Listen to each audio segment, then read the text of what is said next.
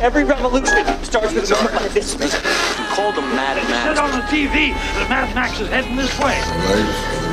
Mad Max, why don't you? Mad Max, show yourself out, man. Génération Mad Max, mais dans le Revolution is coming. Revolution is in your hands! Mad Max. Fucking left, huh? Yeah, Mad Max. Fucking right, man. He fucking told you that. Radio Mad Max. Radio Mad Max. Radio Mad Max, la radio des champs de la Cax. Radio Mad Max, la radio. Radio Mad Max, la radio des chiens de la Cax. Bonjour à tous, on est ici pendant une petite pause de Radio Mad Max et on essaye donc un nouveau contenu. Donc deux envoyés spéciaux en la personne de Jean à mes côtés. Salut. Et de moi-même, Kill. Max nous ayant mandaté expressément pour réaliser une interview de Frats qui nous avait accompagné. Interview dans des conditions extrêmes. Hein. Interview dans des conditions extrêmes, effectivement, dans le grand froid. Qui nous avait accompagné lors d'une émission de l'année dernière sur la direction des mouvements, que nous avons eu le plaisir de recevoir, et qui est depuis quelques mois dans les méandres de l'insertion Pôle emploi, Feu Pôle emploi, puisque maintenant sous le doux nom de France Travail.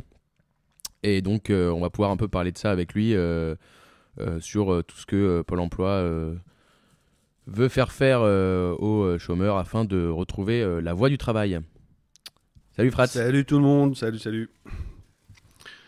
Eh bah oui, parce que déjà je suis très très content de revenir, de vous revoir, parce qu'on s'était vu donc à une émission. Moi là on me dit qu'il y a moyen de faire passer un témoignage, je pense que c'est important et je pense que... Faire passer un message en fait. J'espère surtout qu'il y a... Moi, je suis pas très au fait de combien de gens là ouvrent leur gueule sur ce qui se passe en direct pour dire là, ça fait 6 mois que je fais ci, ça fait 1 an que je fais ça, ça fait 2 semaines qu'on me casse les pieds, là. Dans l'avenir, je pense qu'il va falloir recueillir beaucoup de choses, peut-être faire qu'on sache, que nous sachions, que vous sachiez. Ouais, parce qu'il y a là, même avec les dernières annonces du nouveau gouvernement, on sait qu'ils vont généraliser, par exemple, les heures de travail obligatoires pour les RSA, donc 15 heures par semaine. Plus, ils vont supprimer l'ASS, donc l'allocation de solidarité spécifique pour les chômeurs en fin de droit, qui vont donc basculer au RSA pour précariser encore plus les gens. Mais depuis bien longtemps, France Travail, qui est, je crois, une mutualisation de tous les services par rapport au retour à l'emploi et aux allocations, etc., va être une entité qui va encore plus contrôler pour l'État et bien en fait la remise au travail, puisque en vrai l'objectif de Macron depuis les quinquennats, c'est le plein emploi. Plein emploi qui n'arrive pas et qui n'est pas prêt d'arriver, puisque les gens, il y a plein de gens qui veulent pas taffer non plus.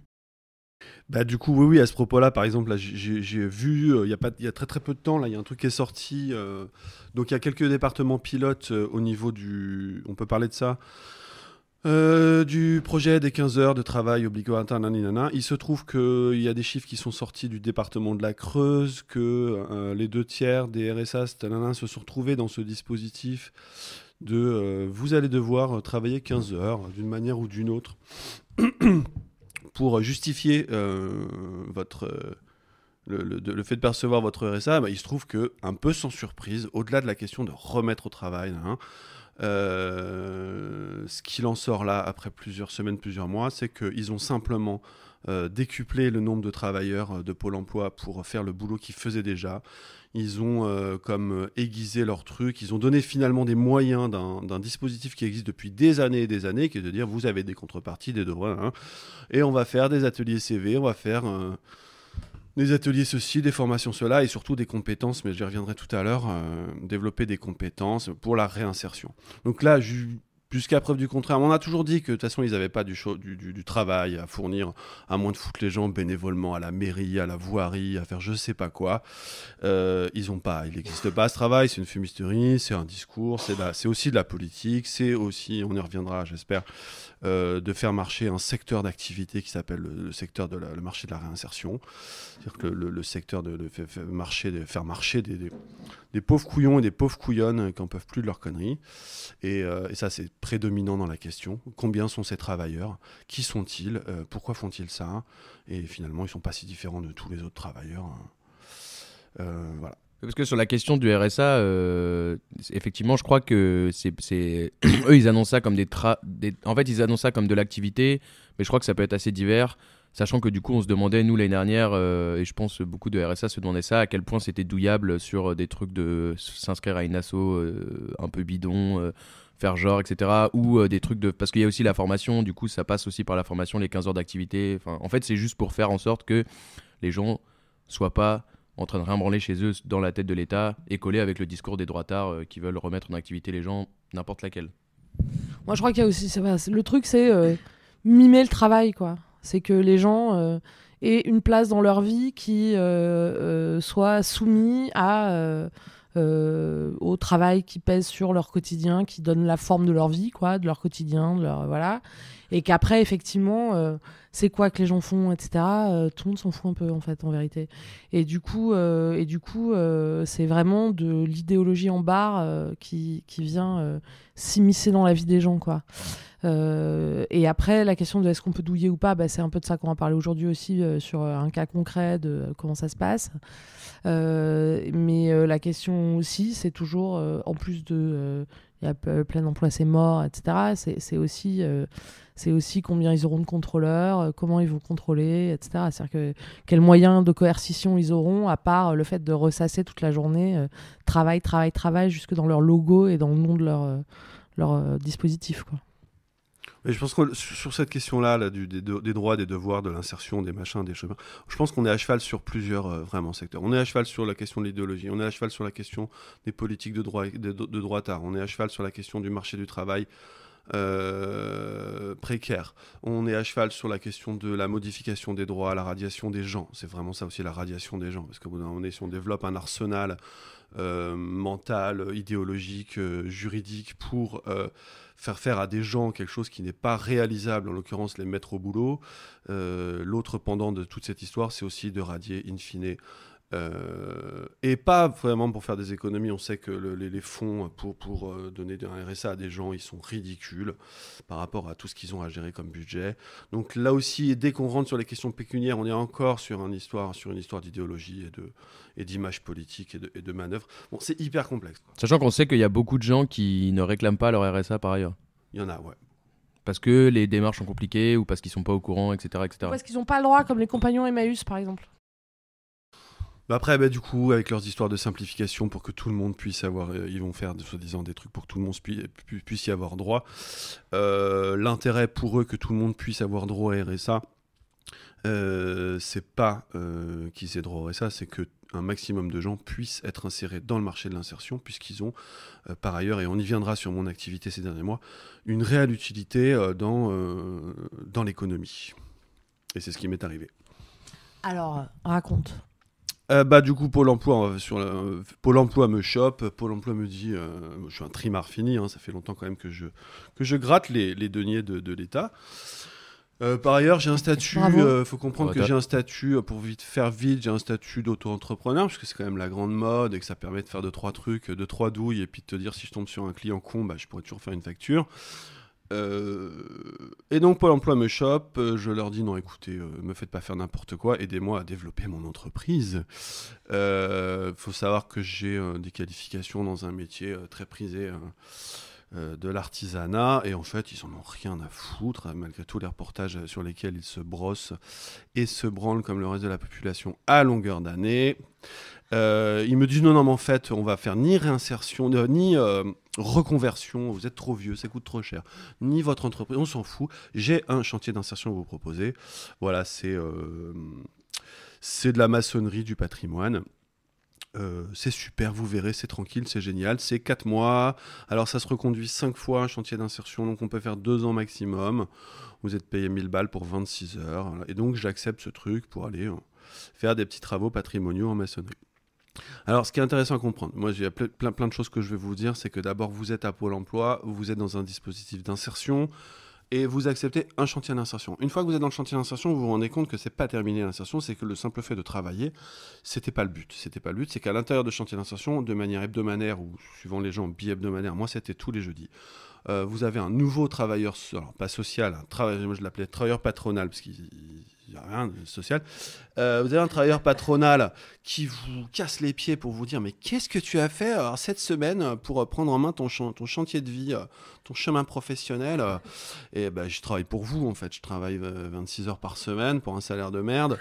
Non mais attends, tu as contacté l'agence d'intérim solidaire, tu sais qui fait du non, tu as fait ceci, je t'ai proposé une offre d'emploi. Il vous propose des offres d'emploi à l'intérieur d'un emploi, sachant que l'emploi, en l'occurrence là, la maçonnerie, c'était pour moi une sorte de maison mère englobante où la place était toujours au chaud. C'est hyper important ce concept. C'est-à-dire que vous êtes dans un emploi, on vous a filé un truc, à l'intérieur duquel, c'est comme les poupées russes, on continue de vous faire chier. J'ai même eu, à l'intérieur de ce dispositif d'insertion dans l'insertion, contact avec une agence d'intérim d'insertion qui m'a dit si on travaille ensemble, nous aurons aussi notre travailleur social patronal qui permettra avec vous de vous aider à vous. Donc au bout d'un moment, c'est les poupées russes, vraiment. C'est important cette idée-là que l'insertion, effectivement, comme tu le disais, c'est un marché en soi, c'est un business en soi. Il y a plein de gens qui, pour avoir les subs, le statut, le machin, font de l'insertion. Et vous pouvez, à chaque échelon, vous retrouver avec quelqu'un qui fait de l'insertion dans le dispositif que celui d'avant fait de l'insertion, etc., jusqu'à la maison mère. Une espèce de pyramide insertionniste, c'est hallucinant. Bon, le cœur du truc, c'est que... et moi, je pense que c'est vraiment la compétence. C'est-à-dire que ce qui se passe à ce moment-là, c'est que si vous passez 2 ans dans un dispositif comme celui-là, vous acceptez... Parce que c'est dur de refuser. Et la plupart des gens qui sont là, de toute façon, veulent s'en sortir. Je veux dire, ils galèrent. C'est dur les fins de mois. Les enfants, ils sont à moitié grands, à moitié pas grands, ils sont pas autonomes. Faut filer à bouffer, faut payer les trucs, machin. Donc ils veulent des trucs. Et on leur bourre le mou. Mais le truc, c'est que vous passez 2 ans là-dedans. Vous pouvez déclencher un CV long comme le bras, un CV façon moderne. Vous déclenchez peut-être, je sais pas moi, entre 20, 50 ou 80 compétences. C'est-à-dire que vous allez passer 3 semaines en EHPAD à torcher des vieux, vous allez passer 2 semaines dans une usine qui trie du grain pour un grand céréalier, vous allez travailler la nuit, vous allez ouvrir des portes en fer, vous allez à droite, à gauche, et à chaque fois que vous bougez un petit doigt, à chaque fois que vous dites « Ok, je vais rencontrer cette agence d'intérim, je vais aller faire de la peinture pendant 2 jours. » Aucune qualification requise, ça c'est le grand truc moderne depuis des années. Le savoir-être, c'est tout ce qu'ils veulent. Quand vous regardez les agences d'emploi, les annonces d'emploi, c'est on s'en branle de ce que vous savez faire, de ce que vous ne savez pas faire. On veut que vous sachiez être en entreprise, c'est-à-dire en fait fermez vos gueules. On y reviendra sur ma typologie de contrat que j'ai eue, les salariés polyvalents. Et donc à chaque fois que vous bougez, vous avez une compétence. Le grand nœud, c'est qu'à la fin des 2 ans, vous avez droit à du chômage, ou à la fin d'un an et demi, si vous quittez le dispositif au bout d'un an et demi, puisque vous êtes libre. C'est magnifique la liberté. Vous avez un CV long comme le bras, vous ne savez strictement rien faire, et vous prétendez à du chômage. Moi, je vous dis là qu'il leur faudra, avec les moyens adéquats et les politiques adéquates avant les élections, en moyenne, moins d'1 semaine pour radier qui que ce soit du chômage, dans la mesure où il faut 2 offres raisonnables d'emploi avant d'être radié du chômage, et qu'avec autant de compétences que celles qui vous promettent, le lundi, première annonce, c'est terminé, le mardi, le mercredi, une deuxième annonce arrive, et si vous la refusez, c'est mort, vous vous asseyez sur votre allocation chômage. Ça, c'est hyper important. D'ailleurs, je voulais te demander, du coup, toi, de base, quand ils te proposent le truc en maçonnerie, toi, tu as des capacités en maçonnerie ou rien à voir Aucune, okay. Et ils s'en foutent. Et est-ce que c'était proposé comme un truc pour, effectivement, l'insertion, etc. Mais est-ce qu'on t'avait dit que si tu n'acceptais pas, il y avait une quelconque sanction, un malus ou je sais pas quoi quelle était la forme d'incitation, on va dire? C'est-à-dire que non, c'est jamais obligatoire. La question, c'est est-ce qu'au bout d'un moment, il y a une suppression des droits ? Parce qu'on joue pas le jeu. J'aurais pu refuser ce truc. On m'en aurait proposé un autre derrière. Moi, j'avais quelqu'un dans mon entourage qui l'avait fait 2 ans avant, pendant 1 an, qui m'avait dit c'est pépère. Je me suis dit, j'avais pas trop de comparatifs, mais je faisais confiance au truc de salaire pépère. Effectivement, ça aurait pu être pépère. Sauf que ça l'était pas du tout et je me suis abîmé, donc j'ai presque 50 ans. Pour ceux qui veulent imaginer l'état de mon squelette, beaucoup de TP, beaucoup de travaux chez les gens, des machins, travail à genoux et tout. Donc en fait, en 4 mois, ils m'ont niqué un peu des articulations. C'était pas pépère, mais c'était à ce moment-là, j'ai décidé puis je sentais le vent tourner, je voyais bien que j'allais pas pouvoir faire le canard. Il faut comprendre que je viens d'une histoire où autour de moi, pendant des années, les gens se démerdaient, des gens malins. Des gens collectif, des gens qui avaient des façons de faire où ils pouvaient éviter les choses, contourner les choses, s'entraider, etc. Donc il y avait un savoir-faire pour niquer la CAF et compagnie, c'est vrai. Et aujourd'hui, les 2 tiers de ces gens, dont moi, ont rempile. C'est-à-dire qu'on baisse la tête, ça s'édurcit, on ne peut plus contourner aussi facilement qu'avant. Et voilà, moi je viens de cet endroit-là. Et tous ceux que je connais depuis 25 ans, en fait, ils bossent, ils font des chantiers d'insertion.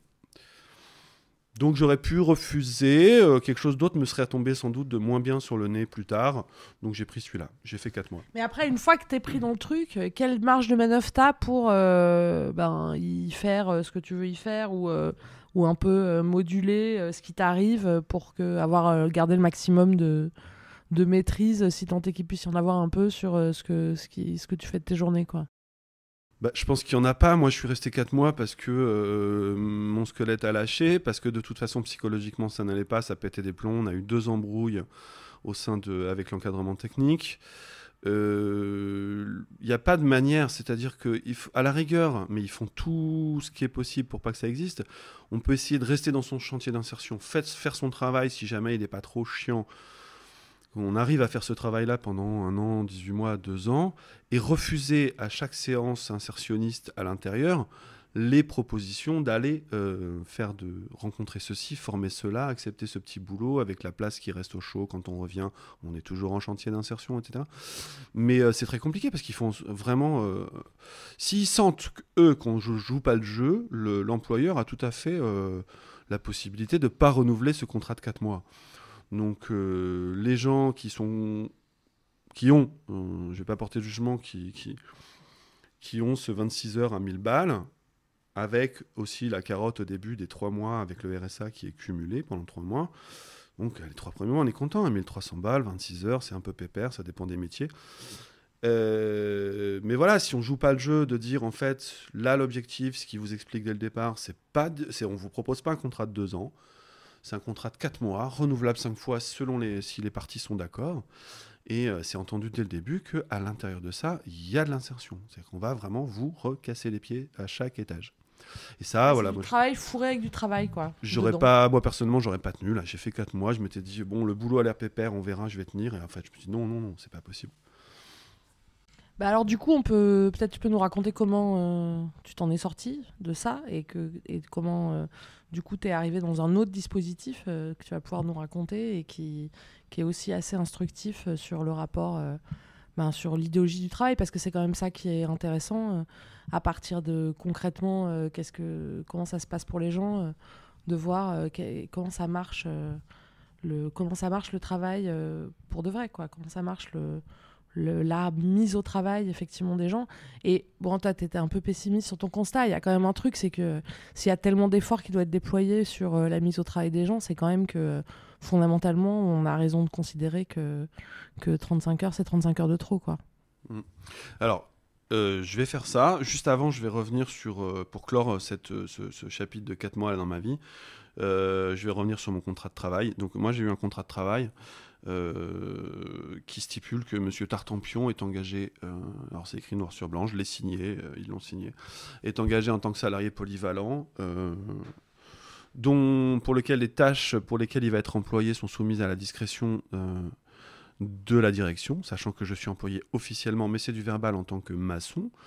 Donc les tâches sont soumises à la discrétion de la direction et n'ont aucun caractère contractuel. C'est-à-dire qu'il est marqué dans un contrat que la moitié du taf, là, j'échange un poste de travail contre un salaire, eh bien la moitié de ce contrat-là n'a pas de valeur contractuelle.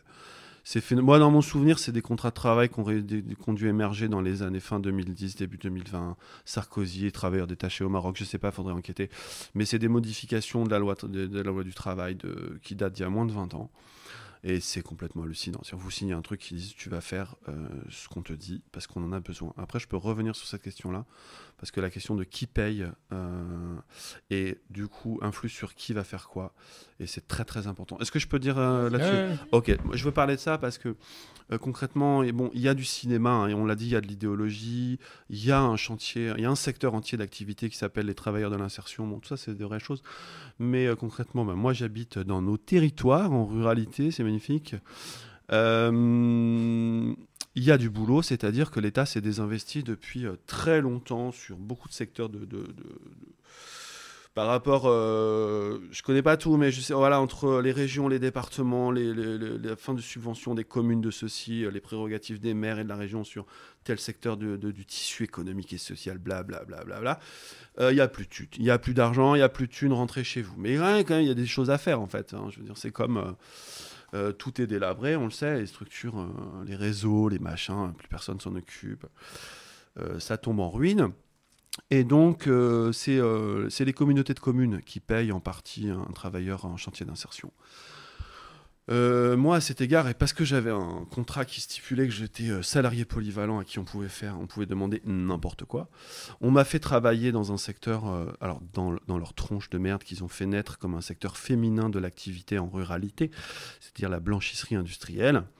Je me suis retrouvé à... Ça s'appelle comme ça, vraiment, un secteur féminin de... Ils ont créé, il y a 20 ans, cette structure pour remplir des besoins sur le territoire, et c'était donner du travail à des femmes.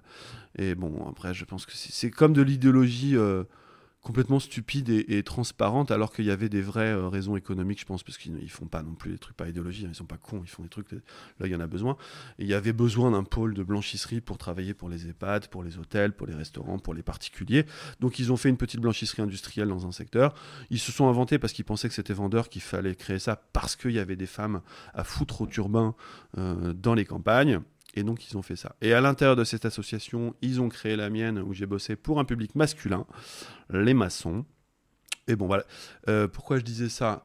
Oui, parce que donc on est censé faire... Voilà. Et donc, en tant que maçon, je me retrouve très vite à aller travailler en blanchisserie, parce que c'est un travail qui est très dur, c'est un travail d'usine, où là, il y a effectivement 80% de nanas sur 15 personnes qui souffrent beaucoup de cette activité professionnelle. Ou à l'intérieur de ça, que moi j'ai pas dans mon coin, on a un management technique dégueulasse, on a une infantilisation hallucinante, on a des pressions, on a des contrats de 26 heures qui sont remplis à hauteur de entre 40 et 60 heures par un personnel qui à la base est en 26 heures parce qu'il est en insertion, parce qu'il a soit des problèmes de santé, soit des enfants à charge, soit déjà des métiers à côté que les gens veulent conserver, des activités de ménage ou ce que vous voulez, d'aide à la personne.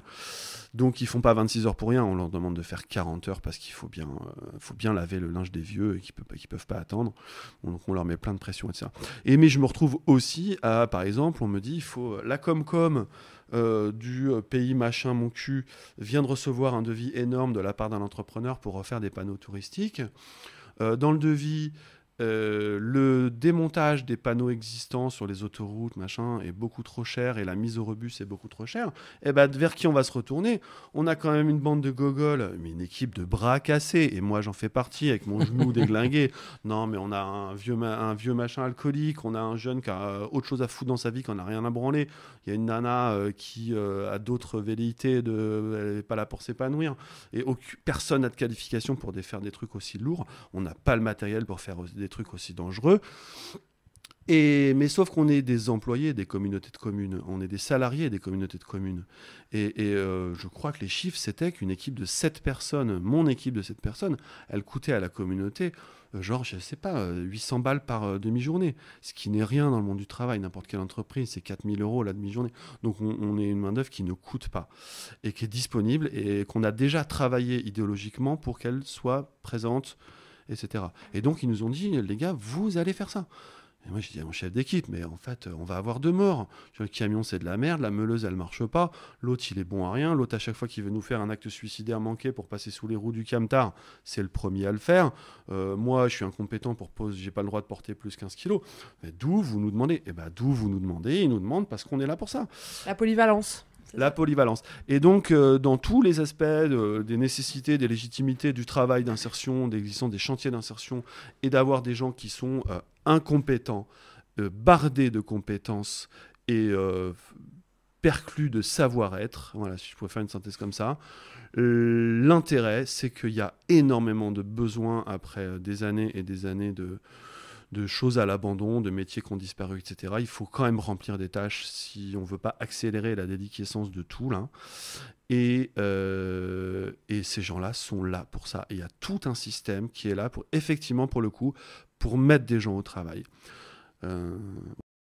En vrai, on va dire, ça revient le truc que tu disais au début, c'est-à-dire dans ces territoires-là, l'État s'est désengagé et du coup, les travailleurs en voie de réinsertion, ça fait une bonne main-d'œuvre pas chère, qui ont signé des contrats pour la réinsertion qui font que les tâches sont pas décidées à l'avance et du coup peuvent être décidées par la communauté de communes ou je ne sais qui au besoin de ce qu'on a à faire. Et du coup, ça fait juste une main-d'œuvre pour les entreprises et pour l'État, très peu cher, très disponible, mais comme tu as dit, au final, complètement dans une situation complètement abusée, puisque incompétence, les gens ils sont pas là pour faire ça, ils en ont rien à foutre, à raison. C'est ça, là, c'est le travailleur précaire, moderne, assisté, et encore une fois je le dis parce que c'est à la fois incompétent et bardé de compétences, et qui doit juste le savoir-être, ça, c'est quelque chose qui est dans toutes les agences d'emploi, d'intérim, de machin, d'insertion. Ils en ont rien. Fermez vos gueules. Le savoir-être, c'est tais-toi, tu acceptes une autorité, tu acceptes des légitimations économiques et tu vas où on te dit, point barre. Mais le savoir-être, ça commence, on en avait parlé, on en a parlé plusieurs fois dans l'émission, mais le savoir-être, ça commence aussi avec les compétences et tout ça. C'est un truc qui est depuis l'école maintenant, puisqu'on apprend aux élèves très vite à avoir les compétences, à le savoir-être élève. Après, en lycée pro, ça passe en savoir-être professionnel, etc. Très vite, c'est une habitude qui se retrouve du coup après dans le marché de l'emploi, d'avoir le savoir-être travailleur, c'est-à-dire effectivement fermer sa gueule, accepter les directives, parfois même accepter des trucs illégaux parce que c'est pour le bien de l'entreprise ou pour le bien de ta situation, etc. Pour au final juste servir au patron, quoi. Et parce que effectivement, enfin peut-être qu'on y reviendra à un autre moment dans Radio Mad Max, mais si on regarde précisément ce qui se passe à l'école avec le livret de compétences, les espèces de bilans de compétences permanents, un peu comme à Pôle Emploi dès la maternelle, l'organisation par les parents du CV de leur enfant pour qu'il y ait le plus de compétences possible, voilà, et ben c'est vraiment la préparation des travailleurs polyvalents là, qui sont un peu les nouveaux OS. Sauf que c'est plus les OS attachés à une boîte, les ouvriers spécialisés, attachés à une boîte à qui on fait faire les trucs les plus merdiques possibles, le travail à la chaîne, voilà, machin. Voilà, maintenant c'est une espèce de vivier de gestion à flux tendu de où est-ce qu'il faut boucher des petits trous de trucs, et en attendant, le gain il est double pour l'État puisqu'il y a le travail qui est fait pour pas cher, et puis en même temps les gens qui sont casés dans des trucs où on peut les manager pour les avoir toujours sous la main en fait, puisque comme tu disais Frats, le truc c'est une fois que tu as tes 12 000 compétences que tu as acquises grâce à ton truc d'insertion du travail fourré au travail là, et ben après tes deux propositions d'emploi, soit tu les acceptes, soit si tu les refuses, c'est fini les allocs, et du coup voilà, le chantage finalement il est hyper opérant, quoi. Et on peut bien voir aussi comment, par exemple, comme a dit Frats au début, le truc des 15 heures, par exemple, pour le RSA, peut-être c'est beaucoup plus pour l'instant un effet d'annonce qu'une réalité qui va être vraiment chiante, même si on peut penser que ça va être de plus en plus chiant. Et bien en fait, dans tous les cas, ces effets d'annonce-là, ils font que les gens ils commencent à flipper parce qu'ils étaient au RSA, ce qui est vraiment à peu près rien en vrai, c'est genre 500 balles.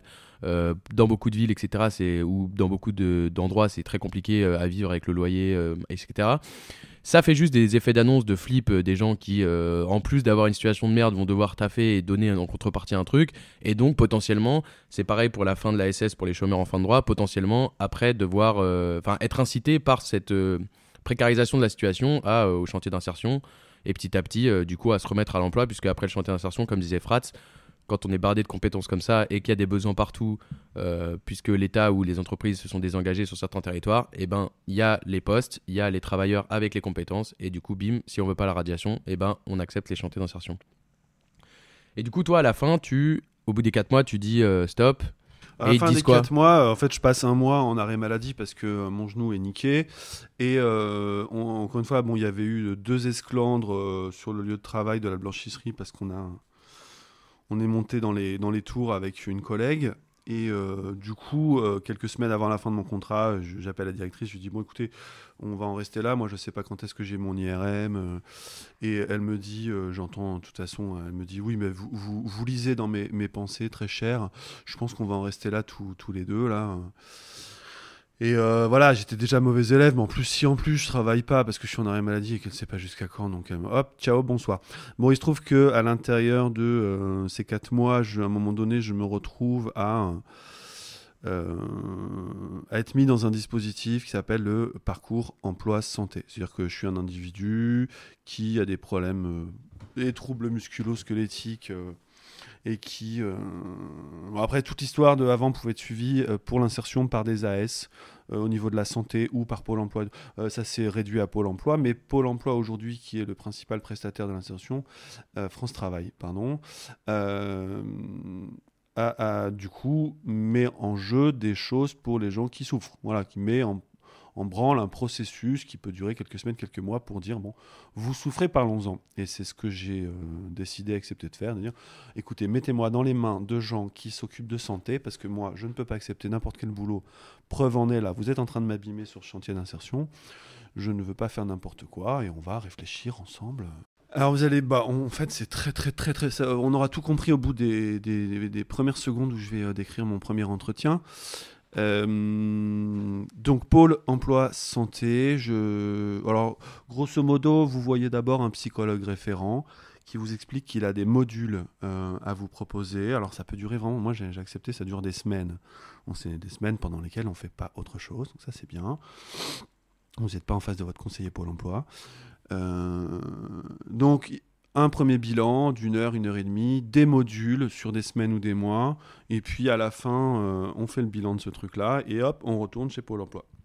Tout neuf, affûté sur ce qu'on veut faire, sur ce qu'on sait faire, sur ce qu'on pourrait faire, sur je sais pas quoi.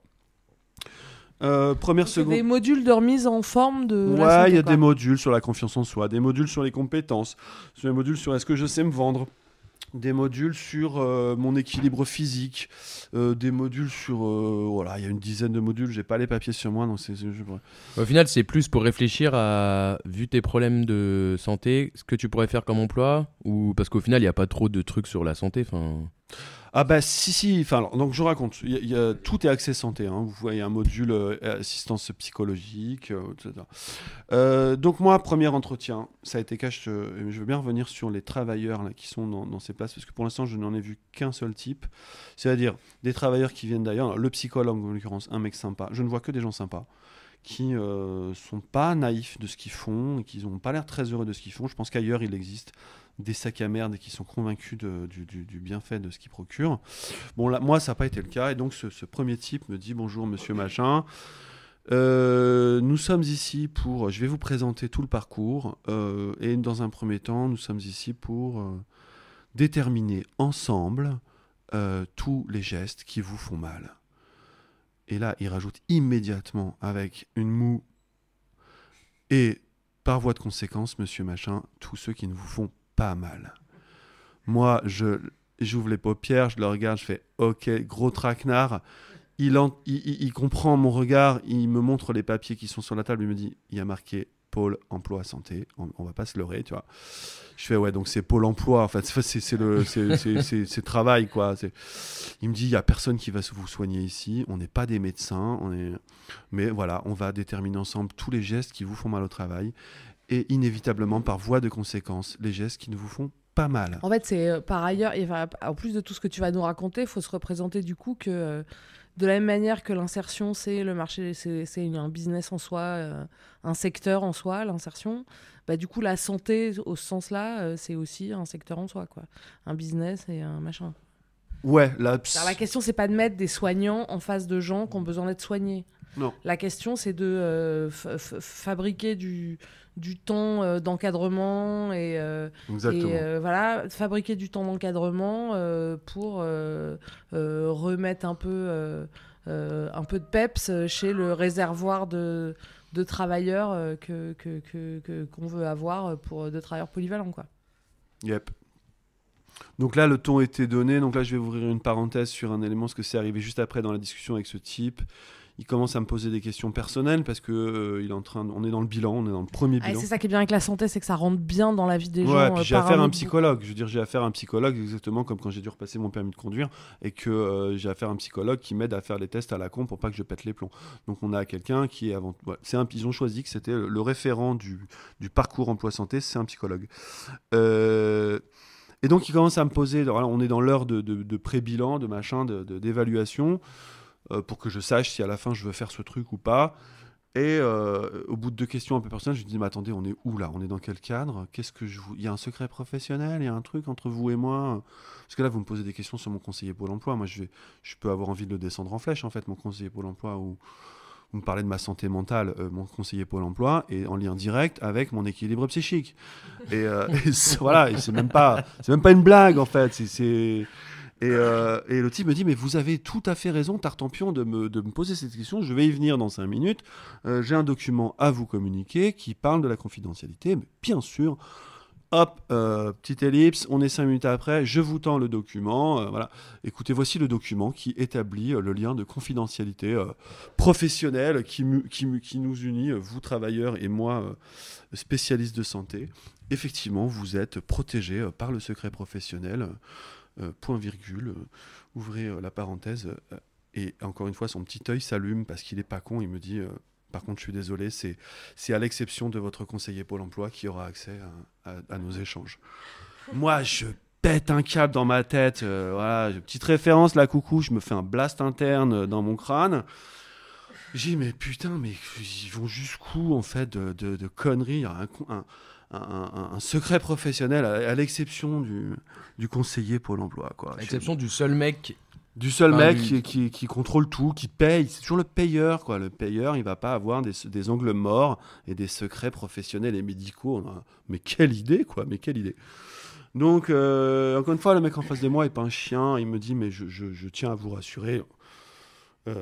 Et encore une fois, bon, là c'est mon parcours. Je pense qu'ailleurs c'est différent, c'est évidemment forcément différent ailleurs. Il me dit, enfin j'espère, et il me dit rien de ce que vous direz ici ne sera, aucune virgule ne sera pas validée par vous 3 fois par une signature. Donc en fait il protège effectivement l'anonymat, mais il me signale qu'il n'a pas le droit de le faire, qu'en vrai il ne doit absolument rien cacher de ce que je vais lui dire. Et bon voilà, moi j'ai insisté, je sais pas, le document c'est toujours pareil, c'est 3 feuilles de contrat sur la confidentialité, enfin c'est une feuille.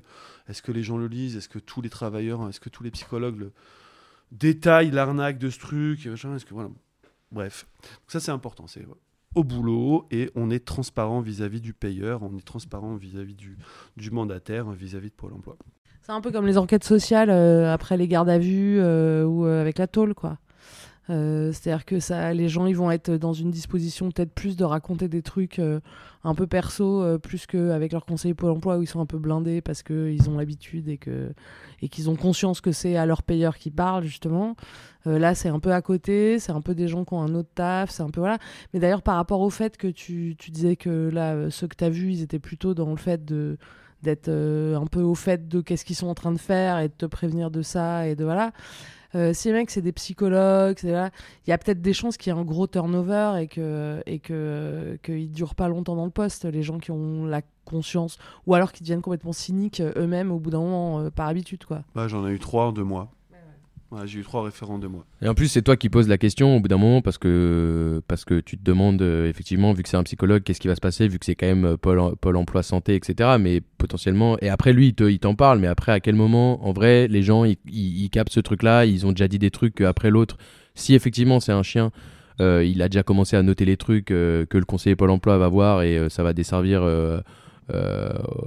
au travailleur qui vient pour faire le Pôle emploi santé, etc.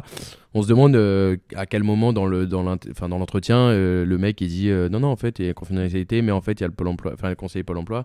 Le mec il a le temps de se faire douiller avant et de dire des trucs qui vont le desservir après, quoi. Bon, après sur le déroulé, bah, du coup moi j'accepte ce parcours emploi santé parce que c'est du temps gagné, et comme disaient les nuls, chier c'est pas du temps perdu. Donc ouais, je chie dans la colle avec ces gens-là depuis je chie dans la colle avec ces gens-là depuis maintenant 1 mois et demi. Alors je peux pas en parler des tonnes parce que si je vais parler du fait que j'ai accepté genre 5 modules parce que sur 12 parce que en même temps j'ai pas envie de me taper je sais pas combien de sessions de 3 heures en collectif avec Glandu et Glandette qui font semblant d'avoir des compétences je sais pas quoi.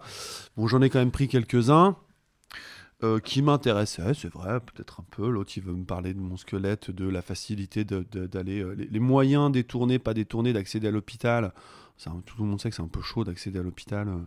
Bon, voilà, il y a des facilités pour aller vers des spécialistes du soin. Donc, paf, je vais cocher celui-là, parce que je me dis, peut-être qu'ils vont me démerder pour mes dents un peu plus tôt que si j'essaie de passer par un dentiste. Ou alors, je coche le truc, parce que j'ai vraiment... moi, je coche des trucs, ça me passera le temps. Je coche le sommeil, voilà, c'est marrant. Donc là, je commence à avoir affaire aux infirmières. Parce que du coup, il y a énormément. Alors, j'ai un numéro 06. Le 06, j'ai à tout moment, pendant 1 an, j'ai accès à un coaching santé, un coach de santé, que je peux l'appeler coach sportif santé. Je sais pas pourquoi il est là. Mais alors, c'est mon numéro confiance. C'est mon numéro confiance. Si je vais pas bien, je peux l'appeler. Mais donc je coche par exemple le sommeil, j'ai des problèmes de sommeil. C'est quand même des professionnels du soin qui sont impliqués dans ce truc-là. C'est un peu comme dans les trucs avec suite au suicide à France Télécom, là, les boîtes de psychologues qui viennent être disponibles pour mettre un numéro d'urgence et du coup valider l'entreprise comme offrant à ses employés la possibilité de se soigner le cerveau, et du coup si les gens se suicident, c'est pas de leur faute vu qu'ils avaient un numéro qu'ils pouvaient appeler. Enfin, c'est quand même des professionnels de santé qui se foutent dans des dispositifs où ils savent que déontologiquement ça va pas du tout. C'est-à-dire qu'ils savent qu'ils sont payés par les gens qui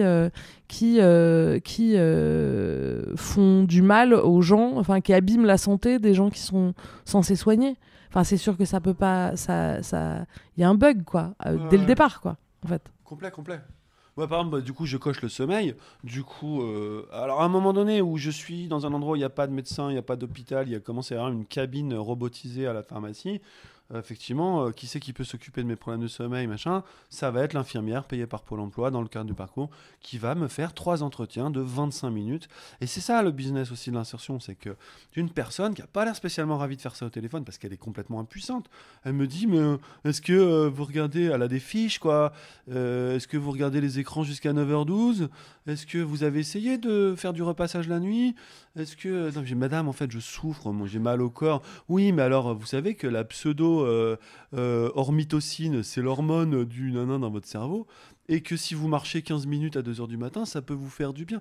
Non, ça va pas me faire du bien, je veux dormir, en fait, je veux ne pas être à la ramasse le matin pour quand je vais dans ton boulot.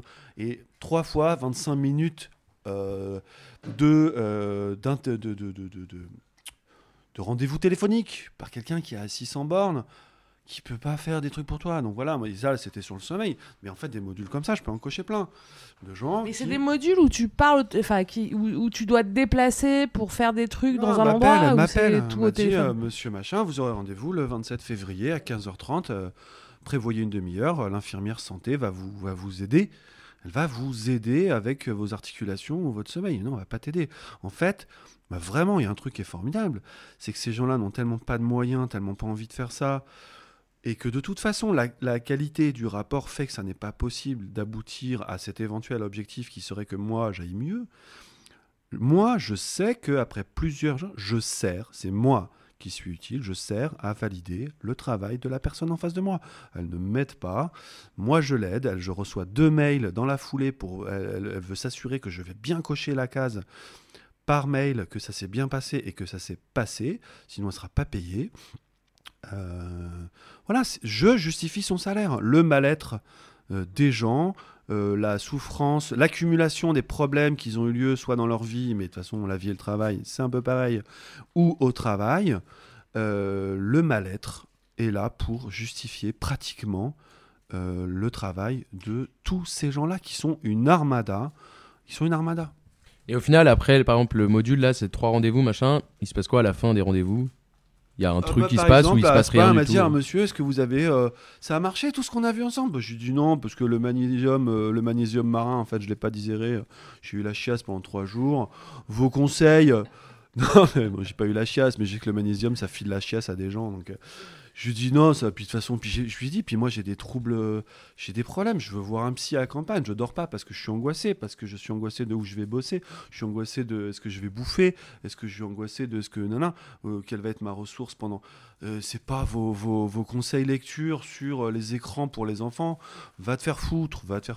Donc tu ne m'as servi à rien. Après, ben moi je suis pas en face, je lui dis, écoutez madame, vous avez fait ce que vous avez pu, j'ai essayé, on verra bien. Je peux pas vous dire. Voilà, parce que je suis gentil et puis parce qu'en face de moi, j'ai senti que j'avais pas un monstre ou etc. qui n'existe pas. Mais j'avais pas un connard objectif. Bon, bah je lui ai dit ça. Je lui ai dit, on va passer au module suivant et puis j'aurais perdu 4 mois quoi. En fait, tu deviens la matière première du travail de l'insertion dans tous ces dispositifs là quoi. Bah, toi, oui. en fait. Oui. T'es comme le support auquel s'accroche cette espèce de secteur d'activité qui est faire fonctionner l'idéologie du travail quoi, et diffuser l'idéologie du travail. Quoi.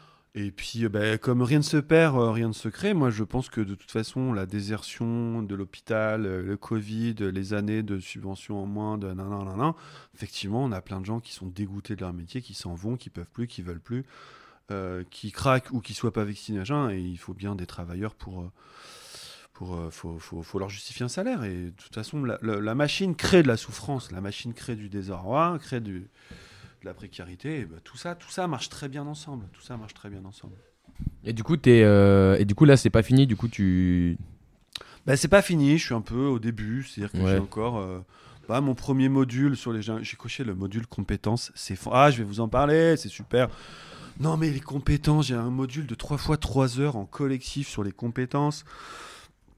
Une nana très sympa qui anime ce truc, elle vient d'ailleurs. Tu peux te considérer comme reporter spécial de Radio Mad Max. C'est génial. Puis encore une fois, ça va pas te faire du salaire non plus. Quoi. En couverture. Ce qui est chiant. Non, mais je vous remercie de le dire parce qu'en fait, moi, le truc, c'est que je suis obligé de rien. En plus, je peux partir quand je veux. Alors, ça m'intéresse parce que tant que je suis avec ces gens-là, je suis pas devant mon conseiller. Oui. Donc, je suis pas encore à la deadline de dire bon, on a fait le bilan en fait, monsieur. Maintenant, on n'est plus dans l'incertitude. On a fait le bilan, vous allez faire ci, vous allez faire. Je suis pas là, je repousse. Donc j'ai affaire à cette personne très sympa qui anime ce module. Les compétences, mais c'est fou, ils ont tordu les trucs à un niveau de conceptualisation délirant. Elle nous chope, elle nous sort les boards là, les boards de stylo pour écrire au feutre. Alors, qu'est-ce que c'est une compétence, mesdames et messieurs, dites-moi pour vous. Alors, allez, on y va, on réfléchit, on brainstorm. Ouais, les gens, ils disent nana. On commence. Elle dit, un savoir-faire, voilà, un savoir-faire. Un savoir-faire, c'est une compétence. Ah, d'accord, super, elle le marque sur son tableau. Qu'est-ce qu'on a d'autre comme compétence ? Le savoir-être. Tout le monde ferme sa gueule, tout le monde attend qu'elle déroule son truc. Le savoir-être, c'est une compétence. Et alors, il y en a un troisième. Elle regarde l'assemblée. Ah là, c'est quoi là ? Allez, on y va, on se motive, il est 9h, allez, on est mardi, on se réveille. Hein.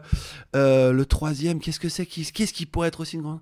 Et là, tout le monde est là, bon, on a dit savoir-faire, on a dit savoir-être, qu'est-ce que je te dis ?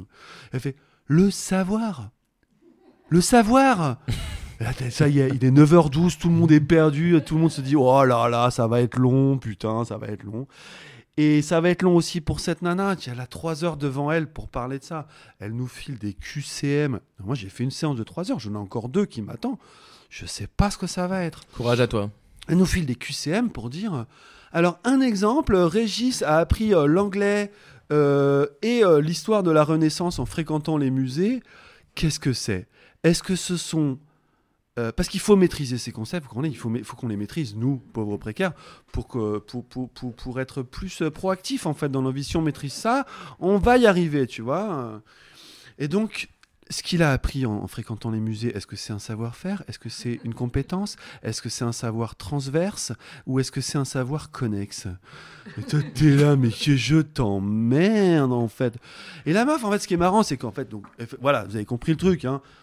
On décline plein de mots autour de savoir, on invente des pseudo-concepts qui sont tous reliés à une idée mère déjà complètement conne, et à dessein, et même la meuf elle s'y perd en fait des fois dans ses QCM, parce qu'il faut manipuler au bout d'un moment 12 concepts avec un seul. Elle-même n'y arrive pas, elle a bossé, c'est une professionnelle, donc de temps en temps elle dit évidemment c'est, et là elle regarde ses feuilles, elle va à la page 3, connexe, oui c'est un savoir connexe, évidemment, va te faire. Mais en fait, il faut quand même s'imaginer que tout ça, c'est le résultat de recherche de de chercheurs en sciences de l'éducation qui taffent aussi dans ce domaine-là, en fait, qui préparent ces espèces de feuilles, ces espèces de concepts à la con. Comme dirait l'autre, c'est travailler à la base. Voilà, c'est-à-dire que c'est les labos de sociaux connectés aux labos de sciences de l'éducation, ça donne cette espèce d'absurdité. Voilà.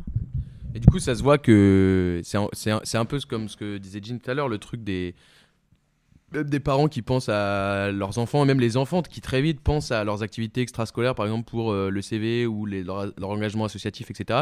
Là, c'est pareil, par exemple, j'ai l'impression que ce que tu as dit sur la personne qui va visiter des musées, qui connaît l'histoire de la Renaissance, je sais pas quoi, c'est du coup, en fait, c'est chercher la capacité, mais on va dire extra professionnelle ou extra scolaire, qui est mobilisable dans le temps et l'activité professionnelle.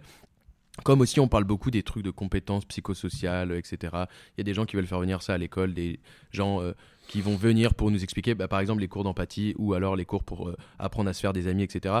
Et en fait, ça, c'est les compétences. C'est même plus, en fait, juste pouvoir se faire des amis pour être content dans la vie, avoir des amis. C'est, par exemple, pouvoir se faire des amis pour être sociable, pour être après un bon travailleur qui va vers les autres, qui s'intègre bien dans l'entreprise, etc. C'est toujours pensé en termes de compétences, etc. Donc un mec qui est intéressé par les musées et l'histoire de l'art, ça devient une compétence qui, pourquoi pas, pourrait être utile pour justifier un emploi d'un accueil d'un musée de l'histoire de l'art, quoi. Tout faire rentrer dans l'emploi, quoi. Et l'emploi, je vais juste le rappeler et puis faire un petit coucou là. Je vais l'appeler Ernesto. Le savoir-être, une entreprise qui dit il faut savoir-être, j'en ai rien à foutre de tes compétences. Moi, les gens qui vont bosser, par exemple, à qui on demande d'aller remplacer des fenêtres hors d'usage par des fenêtres en PVC dans des immeubles de 8 étages, à qui on demande aucune compétence, qui vont avoir une formation par l'entreprise de 4 heures. Voilà, j'en ai croisé un moi, qui est tombé du 2e étage.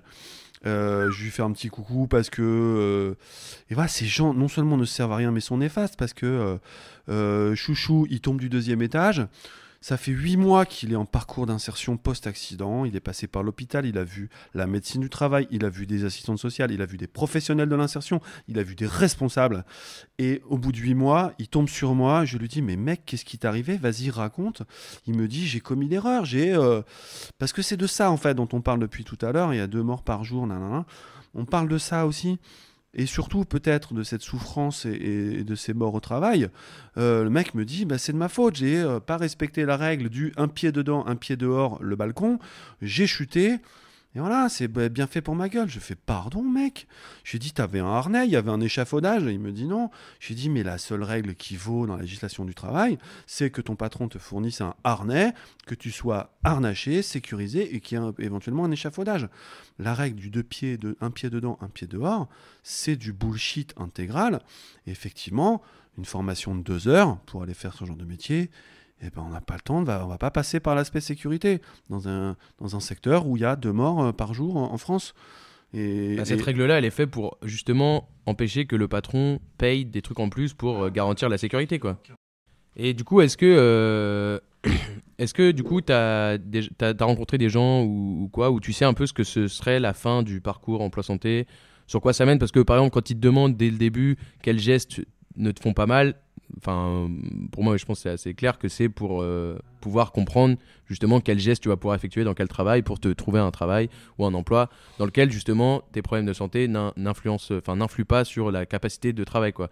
Et du coup, est-ce que tu sais si à la fin du parcours emploi santé, etc., quelles sont les choses qu'on propose, qu'on incite ou qu'on force Non, je peux imaginer des choses. Ce que je sais juste, c'est que ces modules sont des parenthèses où on est censé vaguement, quand même, parce qu'on a en face de nous des travailleurs qui veulent faire des trucs, qu'ils aient des moyens ou pas.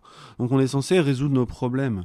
Ça veut dire que si on essaye à un moment donné de résoudre nos problèmes, dans la grande majorité des cas, je pense que ces problèmes-là seront considérés comme résolus ou insolubles. Soit ils sont résolus et on va pouvoir bosser dans ce qui n'était pas compatible, soit ils sont insolubles et de toute façon on va faire en sorte que on vous trouve autre chose.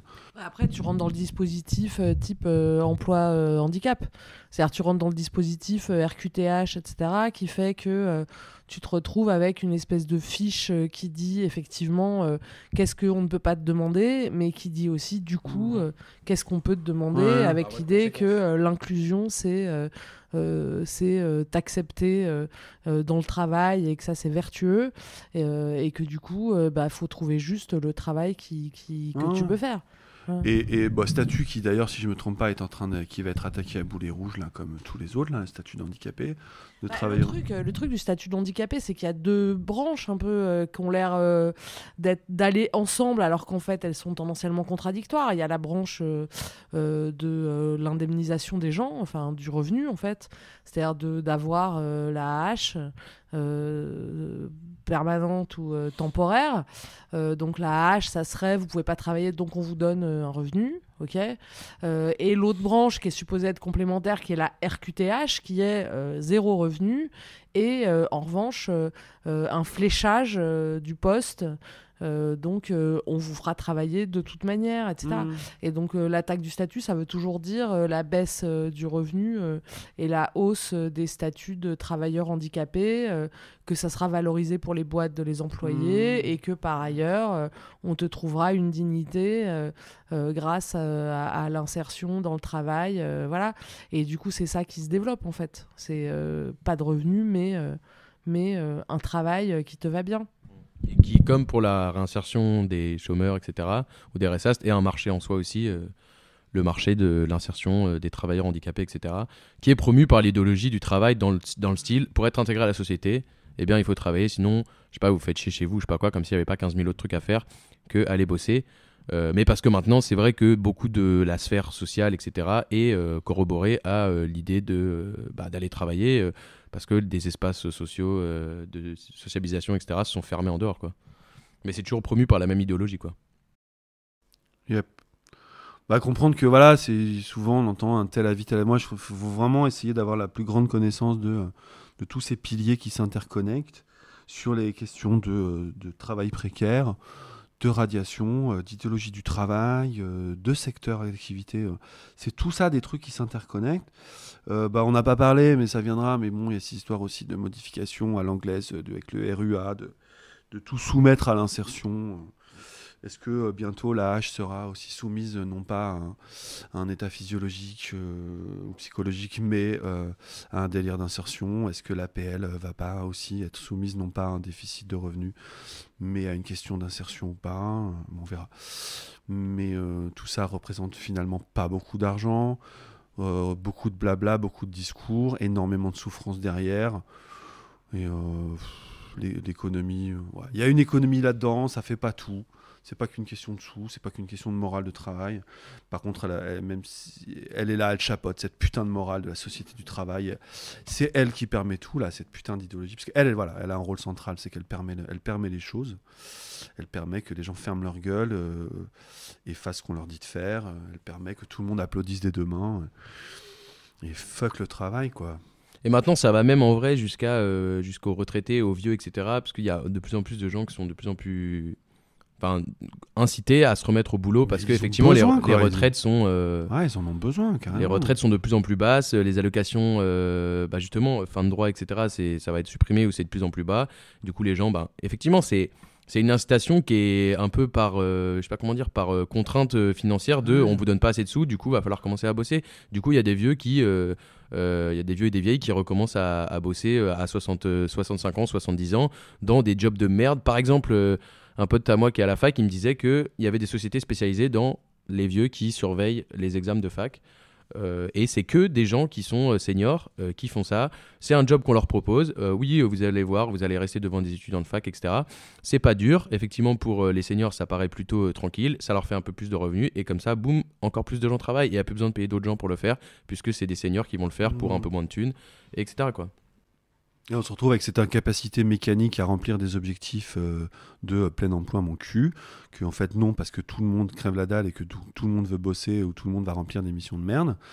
Et on se retrouve à devoir la compétition de tous entre tous, là, en bas de l'échelle, la guerre des pauvres contre les pauvres, à savoir qui va obtenir ce putain de contrat précaire ou cette mission de merde. On n'a pas parlé des micro-tâches, des micro-boulots à 15 centimes et tout. Ah, la notion de micro-boulot, ça a l'air intéressant aussi, quoi. Fascine de conneries. Micro-crédit, micro-boulot, micro-tâches. Les gens qui sont payés 12 centimes la ligne de saisie bancaire pour le compte du Crédit Lyonnais, qui propose, il y a 40 000 signes à traduire en écriture, et plutôt que d'embaucher un contrat pour faire ça pendant 24 heures, il va diviser par 1000, 4000 personnes payer 4 centimes,8 la ligne de saisie. Il y a des gens qui passent leur temps à chercher ces micro-tâches, ces micro-machins. C'est on va parler de ça, un de ces quatre. Ouais, ça me fait penser à... On veut un boulot de merde, payer des miettes. Grande banderole qui avait été faite en 98 pendant le mouvement des chômeurs. C'est vraiment ça, quoi. C'est aller chercher des miettes de boulot pour avoir des miettes de thunes, des miettes de soins, des miettes de savoir bidule chouette pour essayer de se valoriser tant bien que mal. Dans un espèce de système où de toute façon la valeur est d'une certaine manière acquise, c'est-à-dire la valeur de merde de pouvoir te mettre au travail dans n'importe quoi. C'est une espèce d'illusion de valorisation, alors que le but c'est de donner le plus de compétences possible pour pouvoir t'employer le plus possible. C'est vraiment dégueulasse, quoi. S'il devait avoir refuser les compétences, il faut qu'on refuse tous les compétences. Il faut expliquer quand et pourquoi il faut refuser d'être compétent, et qu'il faut assumer et dire ouais, on veut être incompétent, quoi. Et il y a ça dans le truc de fuck le travail, soyons, c'est un nouveau slogan depuis. Mais en fait, ça fait 20 ans qu'on parle des compétences, mais soyons des putains d'incompétents, quoi. Voilà, c'est ça qu'il faut être. Ouais, ça commence à l'école, hein, je pense que c'est vraiment déjà les profs qui devraient, les instits et tout, qui devraient refuser cette espèce de grille d'évaluation des élèves, là. Ça chiassons-le. Mais d'ailleurs, juste peut-être pour finir, ça fait combien de temps... Parce que j'ai l'impression que justement la question des chômeurs, des précaires, etc., elle a été complètement, même à gauche, j'ai l'impression... pas puisque la gauche, mais même à la gauche, j'ai l'impression qu'il y a un moment où elle défendait un peu... et là maintenant c'est juste Sandrine Rousseau qui parle de droit à la paresse, etc. Mais en vrai dans les faits ça veut rien dire. Mais elle a été bouffée même par l'idéologie et la morale du travail assez grandement. Moi je pense que la gauche française est très très travailliste. Je pense qu'elle est depuis longtemps. Je pense que c'est elle et la gauche européenne, on peut dire. Je sais pas, je pense que par exemple dans le maire rampant italien, ce qui s'est passé, les révoltes qui ont eu lieu dans les années 70, post-68 en Italie, qui se sont étendues sur beaucoup plus de temps que 68 en France. Je pense qu'il y a vraiment eu un conflit avec la gauche, des gens avec la gauche sur la question du travail à cause du travaillisme de la gauche. Je pense que c'est la gauche qui a mis un peu comme le rapport au système des frontières, le régime sous lequel on est actuellement, il a été mis en place au niveau français et au niveau européen par la gauche. Et je pense au contraire que la gauche est extrêmement travailliste. Et c'est même comme ça qu'elle se différencie du lumpen, de ceux qui foutent le bordel, parce que la vraie gauche de l'ordre, mais même les proudhoniens chez les anards, etc., l'ordre et le travail, c'est des valeurs importantes. Sous la forme de gauche, c'est presque plus dégueulasse que le cynisme de droite. C'est-à-dire que l'idée, c'est vraiment la dignité, la morale, le bien-être, même chez les stalls, travailler tous le stakhanovisme, la valorisation par le travail, etc. Donc moi je pense que c'est un combat avec la gauche qui dure depuis toujours, et qu'il y a eu des pics où on a attaqué, où la gauche a eu un peu mal là-dessus. Je pense qu'il faudrait que ça revienne là, parce que on est dans un système mélangé à la question du care. On se retrouve donc notion de gauche, hein, le care plus le travail, c'est Martine Aubry. Hein. Ça va nous écrabouiller, quoi. Ouais, justement, on ne peut que souhaiter une réponse à l'appel de Jean de ces prochains mois, puisque en vrai il va y avoir, c'est sûr, une attaque encore plus, c'est annoncé, mais une attaque encore plus accentuée sur les précaires, les RSAS, les chômeurs, etc., pour foutre tout ce petit monde au travail. Tous incompétents, hein, c'est une bonne... Et donc, on peut espérer que oui, cette question-là de la conflictualité vis-à-vis du travail, du travaillisme de la gauche, etc., qui sous couvert d'insertion, etc., veut faire bosser les gens avec sa morale, reviennent un peu sur le devant de la scène, et qu'il y ait des luttes qui se lancent sur ces trucs-là, parce que j'ai l'impression que ça fait quand même plusieurs années qu'il n'y a pas eu de lutte sur ces questions-là. Je pense sûrement grâce à une avancée, en cause d'une avancée de la morale du travail qui a progressé de plus en plus quoi, sur les besoins de la société, etc. À faire tout le monde bosser. Ok, et tu rajoutais un truc, Frax? Non, c'est super, merci d'avoir été là. Bienvenue quand tu veux. Bienvenue quand tu veux, tous incompétents. Yes. Ciao. Merci Frats. Nique le taf. Nique le taf.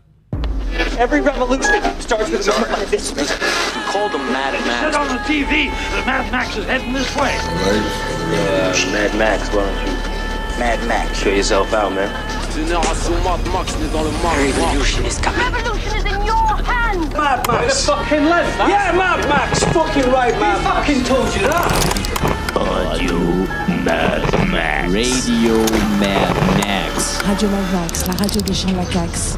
Radio Mad Max, la radio. Radio Mad Max, la radio des chiens de la Cax. De quoi le pays a besoin aujourd'hui? Il a besoin d'ordre, bon sang. 35 heures de trop.